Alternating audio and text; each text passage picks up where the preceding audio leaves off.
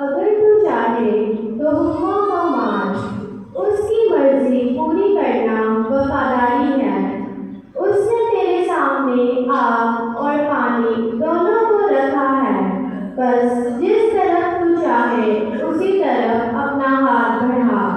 जिंदगी और मौत इंसान के सामने है, तू जिसको वो चुनेगा वो उसको दे दी जाएगी।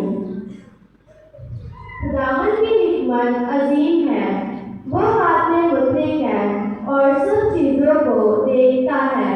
खुदावन की आंखें उनकी तरफ हैं जो उससे डरते हैं और वो इंसानों के सब अमाल जानता है। उसने किसी को हुक्म नहीं दिया कि शरारत करे और ना उसने किसी को दरोग पाने की ताकत दी। पाक